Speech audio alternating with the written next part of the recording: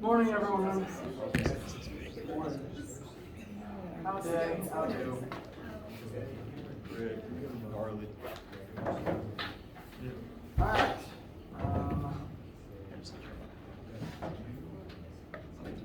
Happy Wednesday. I've lost my train of thought already. Chapter 5 homework and quiz are currently due tonight, so we'll begin today with time for you to ask any questions or voice any concerns you have about that particular assignment. In terms of lecture, we will be continuing on in Chapter 5. By the end of the week, I hope to have gone over all the formulas and techniques that you'll need. Excuse me.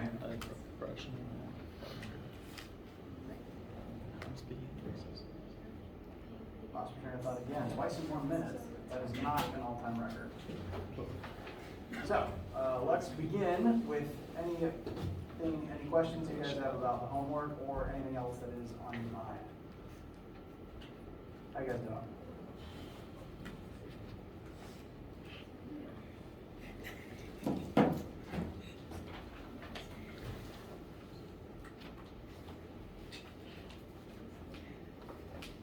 Homework feeling pretty good then? Alright. Should be good. I guess while I've got it up on screen, I will go ahead and remind everyone I have switched 3B to be worth 0 points because there's something odd about it. I will be figuring out what's weird about it this afternoon. I haven't sat down to ponder it yet, but since it's taking me longer than 5 minutes to do, it's worth 0 points for you. It's still there. It might still read incorrect if you input a correct answer for A, but leave B blank. But that will not cost you any points.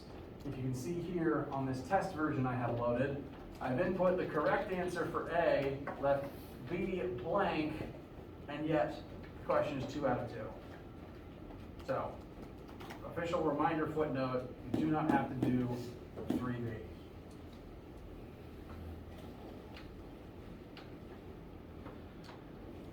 Any other questions or needs for this? If not, we can continue on with momentum.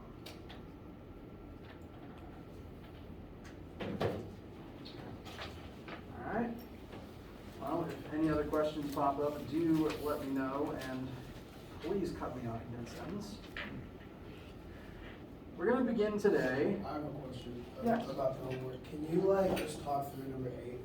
8. Where's the cursor? Yes. So for number 8, you are given a very heavy piano, and it needs to be lifted by some distance. Lifting a heavy object does take work, so there's a certain amount of work that will need to be done in order to lift that piano. I'll try to list all the formulas here as my explanation starts involving them. Work formula. Work equals force parallel times displacement. You are given the weight of the piano, so you'll have to lift it with at least that much force, and you will displace it vertically upwards. That will tell you the amount of energy needed to lift the piano. The people who are using that amount of energy are 3 workers. That's all it says about them. And it tells you the power output of each of the 3 workers. Ultimately, you'd have to multiply this wattage by 3, since there's 3 of them. It's like having 3 generators. And the pulley system they're using is only 75% efficient. So the main trick to this question is 1, 3 workers, so multiply your work by 3. But 2, those 3 workers are using this imperfect system, and all systems are imperfect. There's always energy loss to friction. So whatever their work value is, their power value, excuse me, this is the power that they're able to output. You have to multiply it by 3 for the 3 workers, but also by 0.75 because of the inefficiency. And this will give you the true updated power value of the 3 workers. That true updated power value can be used in the power formula along with the original work to find the time needed to lift the piano. The one additional catch is this formula gives you seconds, but the sign has to see for minutes. So that last conversion and the two parts of the power conversion are, I'd say, the three catches here. I see another hand up. It's okay if not. When you're a teacher for any length of time, any hand motion triggers like a response in your brain. Question, question, question. All right. Don't need anything else right now? All right. So, continuing on with chapter 6, trying to remember what all we got through last time. I believe we looked at these sample calculations, correct? All right. So, we'll begin briefly with a sample question. A couple things I want to remind you of first. We've been comparing momentum to kinetic energy, and we will continue to do so. I would also like to point out that momentum is also similar to inertia, but also still different. Inertia, this is Newton's first law, tells us that an object at rest remains at rest and an object in motion remains in motion until otherwise acted upon by an outside force. And momentum describes basically the same thing in terms of the motion part. When something's moving, it wants to keep moving at the same speed in a straight line forever. The main difference between momentum and inertia is that momentum's a vector and you only have it when you're moving. Inertia is even true when you're sitting still. Object at rest has no momentum because the formula for momentum is mass times velocity. So there's no momentum present in my water bottle, but there is inertia present telling it to remain still. So as we continue on talking about momentum and comparing it to other things, I will mention inertia from time to time. Another thing that is similar but distinct.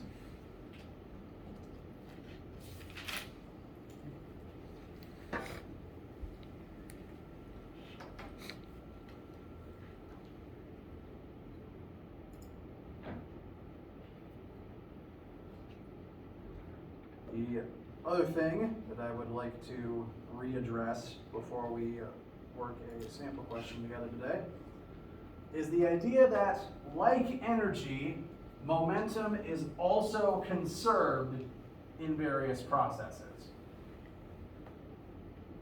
Did I describe the cannonball hitting a wall to you guys? Okay, so just a quick refresher then. Cannonball hits a wall, cannonball's going to slow down in that interaction. Whether it slows or stops, either way its speed drops. Therefore its momentum drops. That momentum doesn't suddenly stop existing, it just transfers into the bricks of the wall, which is why the bricks of the wall then take off in all different directions and blast away from the wreckage.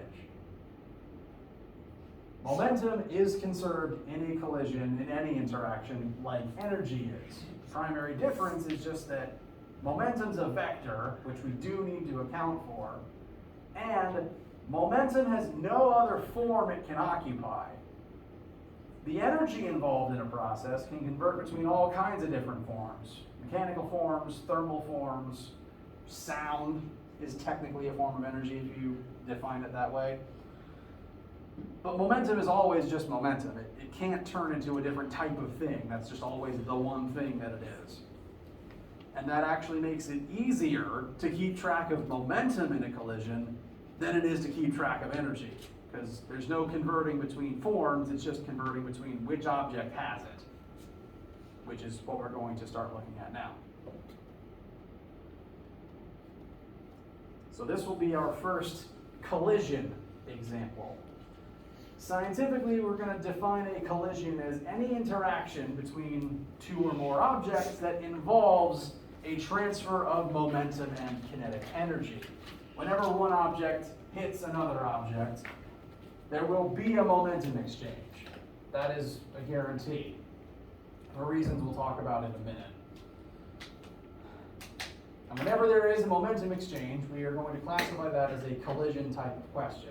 Even things that you might not think are collisions will still use the same logic and the same basic math structure. So the first collision that we're going to study is going to involve an arrow being fired at a log.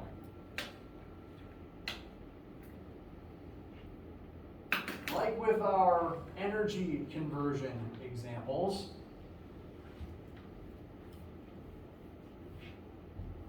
I lost my train of thought 3 times in 3 seconds. That's impressive. We will look at both an initial state and a final state. And we're going to be comparing them like how we compare initial and final for energy or for work being performed. In the initial side of this particular question, we have launched an arrow at a log. They haven't collided yet. The arrow is just flying through the air after it exits the bow. And we are informed this arrow has a mass of 10 grams. It's launched at 25 meters per second. Meanwhile, the log has a mass of 5 kilograms and it is not initially moving. It's just sitting still on a fence post for target practice. So, analyzing this situation before impact, where is all the momentum presently before the collision takes place? I heard someone whisper it. It's in the arrow. The arrow is the only thing moving here, so the arrow has all of the momentum before the crash happens. To let us now prove that mathematically. First question, how much momentum is in the system before the collision occurs? So we're going to look at the total momentum in the system before anything changes. So on our initial side, we want to look at the momentum of each object separately and then add them together to get the total initial momentum. Like how we would look at all the energy forms initially and add them together to get the initial total energy. We have 2 objects to keep track of. So we're going to calculate and add together momentum initial for both the arrow and the log. So this is just their separate initial momentums that will add together to create the total. Formula for momentum is mass times velocity. So for each of these momentums, we will replace rho with mv. But since this is specifically the initial conditions, we want to plug in their initial velocities from whatever they were before they eventually collide. So I've tried to label here mass arrow times velocity initial of the arrow plus mass log times velocity initial of the log. So again, we've just got momentum arrow and momentum log.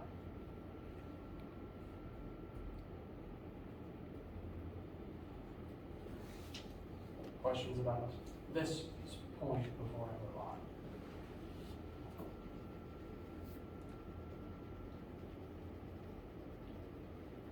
All right. Now we know all of these variables, we have a number for all the variables here on this left side, so we can go ahead and fill them in. Mass of the arrow is 10 grams.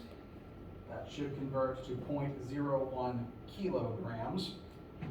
And then times the arrow's initial velocity, initial is important, 25 meters per second. Then for the log, mass of the log is 5 kilograms and it's not moving originally. Its initial velocity is 0.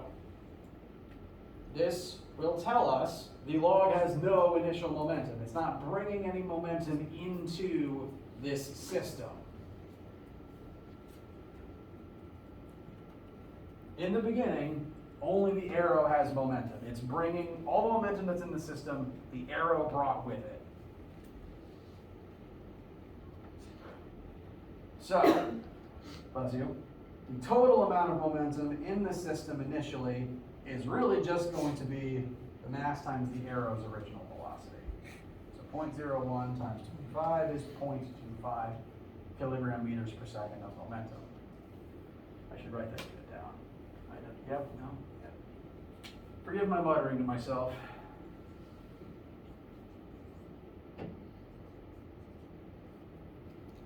Unit for momentum is kilogram meters per second.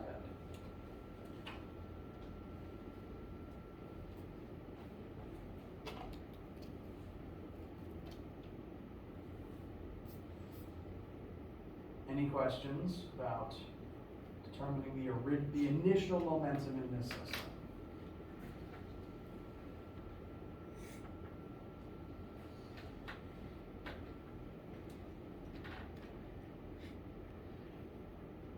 Okay. So that's the first question. How much momentum was in the system before the collision? Second question, how much momentum is in the system after the collision is finished? What is the final total momentum within the aero log system? We already have an answer. What is it?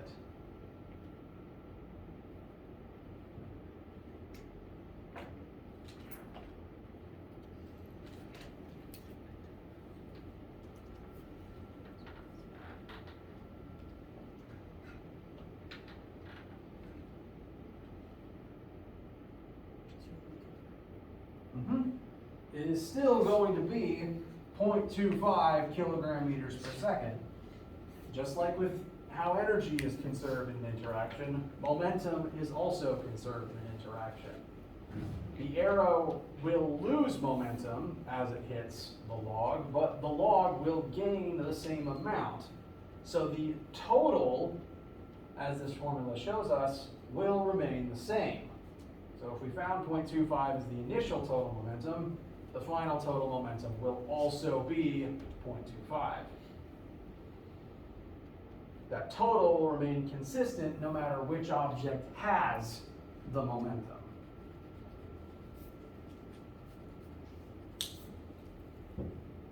Questions about that point before we move on?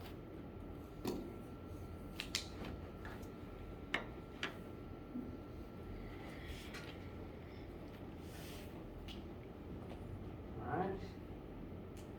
So, we finished analyzing the initial side, and now we're going to start moving towards the final side. The arrow is going to embed itself in the log, as arrows tend to do. It's just going to stick within the wood, and as a result, they're now basically one object. They're stuck together. They are now one mass that's going to travel together at some currently unknown final speed. Basically, the arrow is going to jump into the wood, and the whole system might tilt backwards slightly as a result of that. Might even knock the log off the fence post. Bless you. What this tells us is these two objects will stick together, and we need to calculate whatever that total combined final velocity is going to be. To do that, we have to analyze the final side of the momentum conservation. So total momentum final all adds up to the same value as the initial. To find the total momentum final, we have to look at the final momentum of each specific object, like how we looked at the initial momentum of each specific object. Again, unlike energy, there's only one form for momentum. Excuse me. So it's just the blanket rule of looking at the momentum of each specific object. No other forms required. So this says momentum final for the arrow and momentum final for the log. And like on the initial side, those two things are being added together to create the total, and we would replace just the momentum term with the momentum formula for each object. So the arrow's final momentum, the formula for that will be the arrow's mass times its final velocity. The log's final momentum will be the log's mass times the log's final velocity. it's again mirroring the left side, just using the final velocities instead of the initial ones. Because it's the same two objects, they're just both moving at different speeds. Now, a useful thing to note, this will be helpful for us, it's the same VF in both places. The objects stick together. As a result, they have to travel at the same speed. Like how the pulley system Atwood's machine questions we did, the two objects tied together also have to move at the same speed. So it's the same VF for both terms. It's not going to be a separate VF for each object. So rather than having to do two equations, two unknowns, it's just one unknown in two different places at the same time. This makes it easier, ultimately. This also makes it important as we start doing more collision questions. I'm going to point out, and you should make a habit of looking for this in your own homework, trying to identify if the objects involved in the collision stick together, in which case they will have the same VF, or if they bounce off of each other, in which case they'd have different VFs. So it's an important thing to note that does affect your math. In this case, they stick together, so there's just one VF to solve for. Only numbers that we have to plug in on the right are just the object's masses.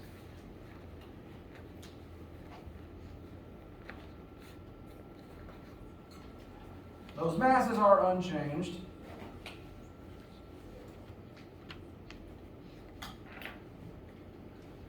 So arrow's mass is 0.01 times that unknown VF. Log's mass is 5 times that unknown VF. I'd recommend the distributive property next, since it's the same VF in both terms.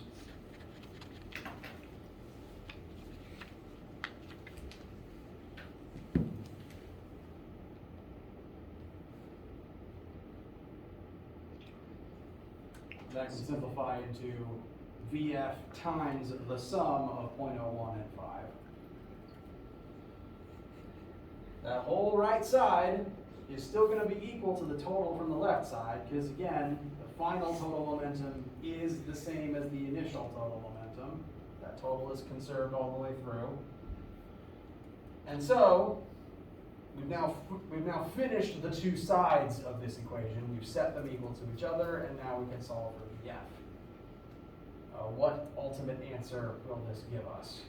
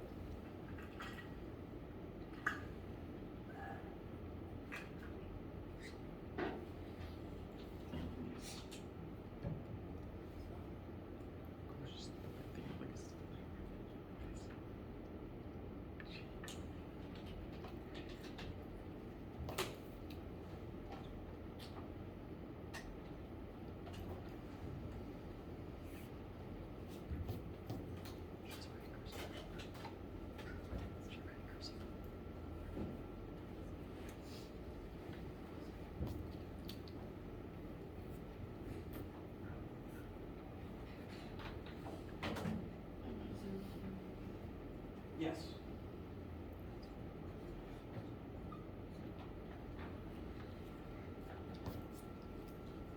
The 9 repeats infinitely. That's just what I'm indicating with the bar above it. 0.049 repeating meters per second. So that is the combined final speed of both objects together. Note, well, okay. Before I say what to note, do you guys feel that this final answer makes sense given the context of a very light arrow colliding with a comparatively heavy log? Yeah, the log is much, much, much bigger than the arrow itself. If you've ever watched any amount of archery, even if they're using like hay bale targets, the hay tends to never really move all that much once the arrow hits it. The arrow's moving fast, but its teeny tiny mass means that the momentum it brings doesn't usually budge the target all that much. So this answer is consistent with what you might have seen before. It takes a lot more momentum to move the much more massive object. So how does this one, oh, sorry, one other small thing to note. One small thing. Momentum is technically a vector. So we can use vector directions to double check what direction this final velocity is in. It's not a trick, I'm just pointing out that direction does matter.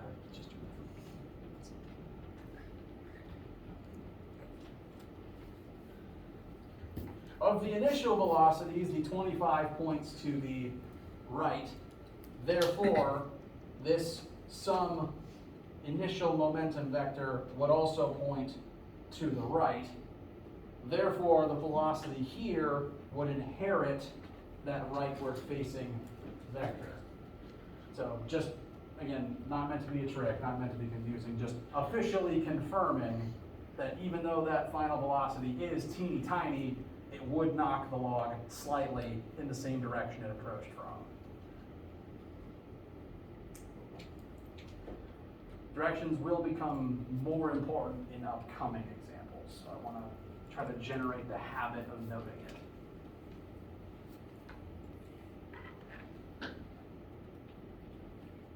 How does this feel?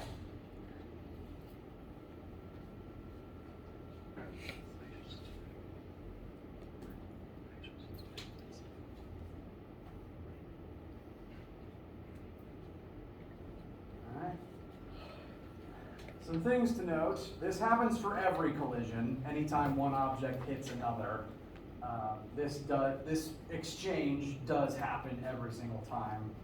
Ultimately, it happens anytime one object exerts a force on another one, technically speaking. And as this is happening, simultaneously, there is also an exchange of kinetic energies at the same time.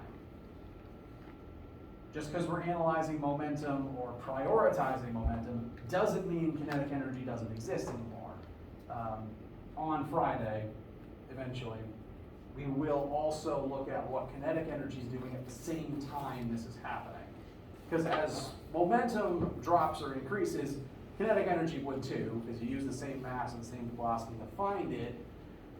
What we'll study on Friday is just the ways in which they behave differently. But that will start a pretty big example, and I don't want to do that right now. What I'd rather do right now is go over the last couple vocab words so that you have these formulas at your disposal to, one, use on the Chapter 6 homework, Chapter 5 homework, and two, so that when I say these vocab words on Friday, they make more sense. So, we've already looked at the formula for momentum itself. Momentum equals mass times velocity. It's the metric for how hard an object is to stop. And as an object's velocity changes, its momentum will also change. We observed that with the arrow question just now. The arrow collided with the log. The arrow's momentum is going to drop considerably as it shares momentum with the log. And since the log is bigger, it needs more momentum to move it all. So when velocity changes, momentum changes, which means we could write out that scenario like this. Change in momentum equals mass times change in velocity. This consideration opens up a few other doors of thought, a few other formulas that we can think about. Before I talk about those, though, any issues with the idea of momentum changing, change in momentum equals mass times change in velocity? All right.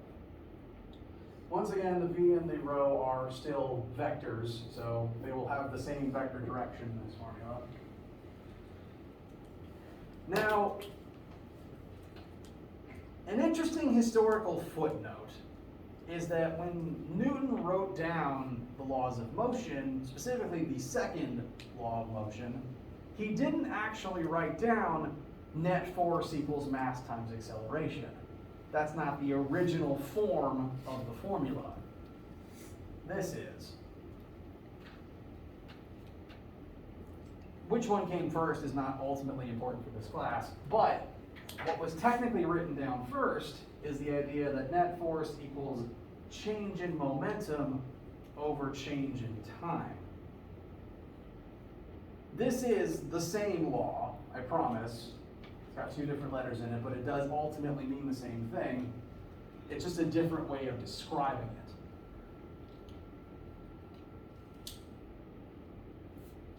When velocity changes, momentum changes. This means that since forces, the other way that we write Newton's second law, force equals mass times acceleration, forces cause objects to accelerate. We've been talking about this for the bulk of the class. That means that when you exert a force on an object, it's going to accelerate, and acceleration is a change in velocity. So what this other form of Newton's law tells us is that when you exert a force on something, you will change its momentum because you're accelerating it and changing its velocity. So this is in and of itself not a new observation, I hope. It does point out, though, that this process does take place over a certain amount of time. Every force you exert only lasts a certain specific time interval. If you're playing baseball and you hit the baseball with the bat and the ball are only technically touching for a certain number of milliseconds. It's a small number of milliseconds, but it's still a specific concrete number. That's the time that the collision between the two takes place in. That is the time that this force has to act. And in that amount of time, the force is able to change the ball's momentum by a certain amount. That's what this version of the law is saying. All collisions last a certain amount of time, they involve a certain amount of force, and they will change the momentum of the objects involved based on those amounts. Questions so far? All right. It's a different way of describing the law, but it does ultimately say exactly the same thing. I'm actually going to take our original version here and show how it turns into the one on the board right now. What's the formula for acceleration? Velocity over time. Yep, specifically change in velocity over time, which means net force equals mass times change in velocity over time. And what's mass times change in velocity?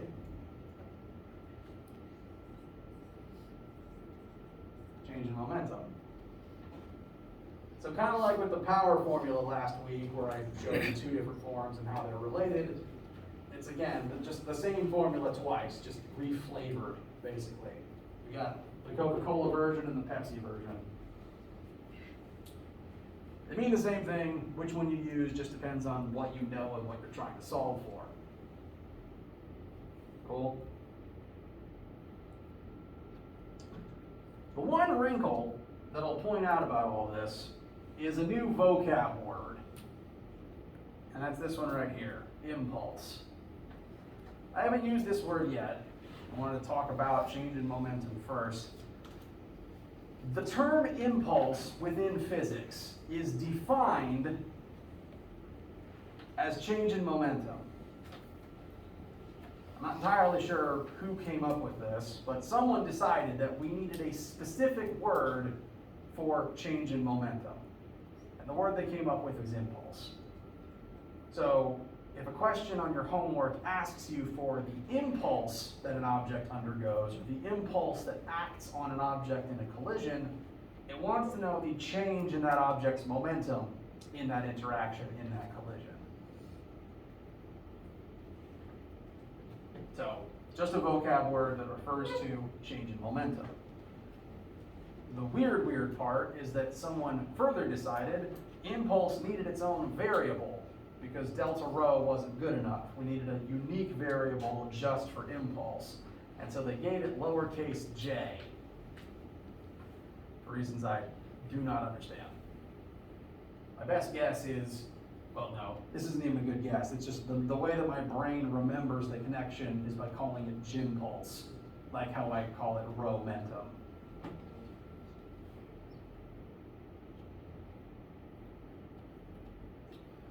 So, if you see, yes? Is the delta P, is that saying change in row? Yes, sorry.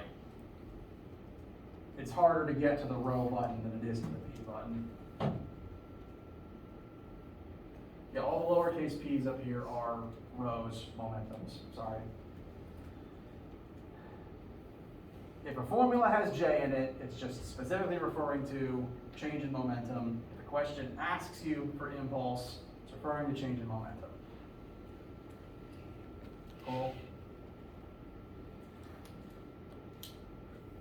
Now come Friday, when we start doing more examples, this will become relevant once we start analyzing different types of collisions and noting that if it's just a two-object collision, like the arrow and the log, that the two objects involved will have equal and opposite impulses. Well, I actually want to demonstrate that right now.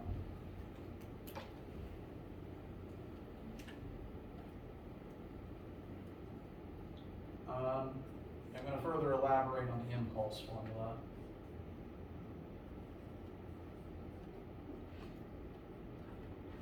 Impulse is change in momentum. You can use either force times time or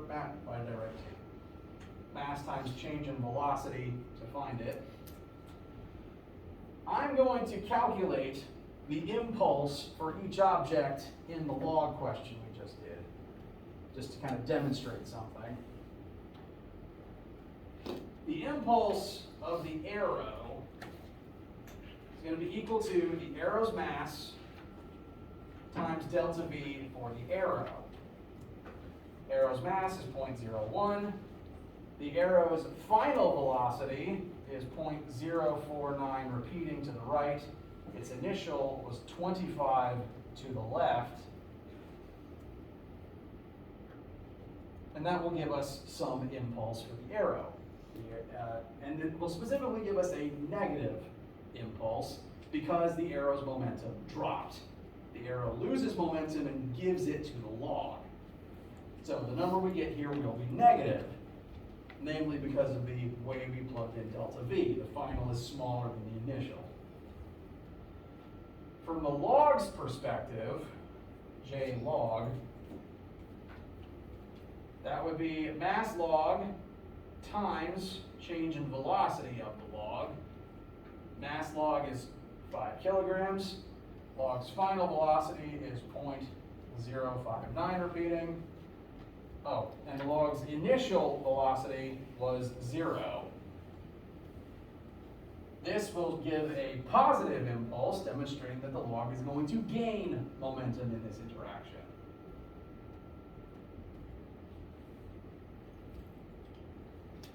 And what we should find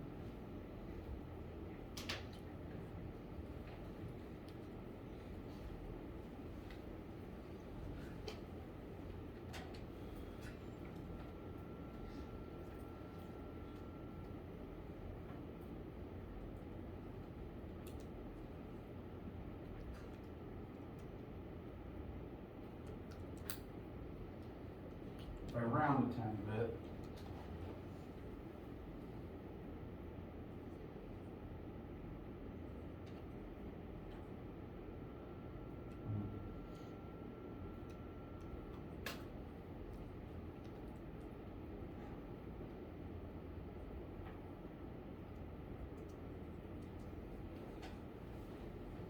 The signs are opposite, but the magnitudes of their impulse are the same number. This mathematically shows however much momentum the arrow lost, the log had to gain. Because it couldn't be destroyed, it had to go somewhere. It went from the arrow into the log. This is true for all two-object pairs involved in a two-object collision. However much momentum one loses, the other must gain. So two objects involved in a two-object collision always have equal and opposite impulses. And they're opposite because impulse is a vector that will point in opposite directions as one speeds up and the other slows down.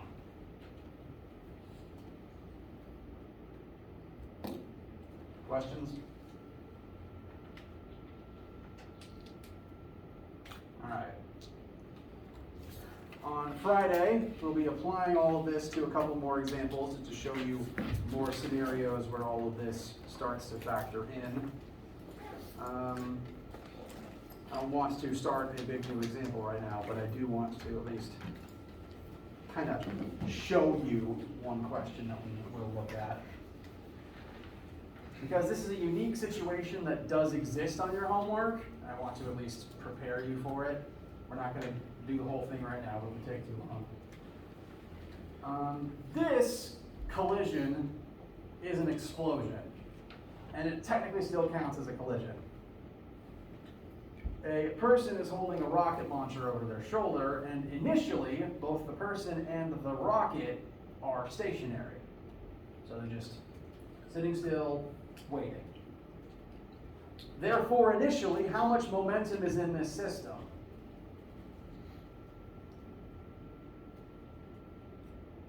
It's not a trick. Zero. Zero. Nothing's moving yet. So this is a case where the initial momentum is zero. After the rocket launches, rocket will blast that way. It will have a velocity, it has a mass, it gains some amount of momentum from the explosion that launches it. Meanwhile, the person gets thrown backwards. So the rocket gains some forward momentum, the person gains some negative momentum. Their totals will still add back to zero.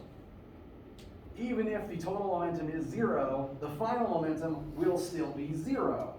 The rocket and the person have equal and opposite impulses because one will gain a certain amount of forward momentum, the other will gain the opposite amount of backwards momentum. Therefore, the total is still zero. This is an explosion, and mathematically, it's still a collision. So you work it the same way, it's just the totals are zero instead of some other number. But if you start your homework and you see one like this, I believe there's one involving a skater, or possibly two skaters, then I'm just confirming to you it works the same way. You're allowed to have an initial momentum of zero, just means that all the final momentums still add up to zero. They just point in opposite directions. I've been rambling a bit for the last 15 minutes. How do you guys feel? Okay. Friday, we'll do more examples to make sure all the stuff you see on the homework makes sense. Do prioritize finishing the Chapter 5 homework tonight. Let me know what you need as you're working on that. We'll conclude things here for the day. And I will see you for either lab today or lecture on Friday. Have a wonderful day.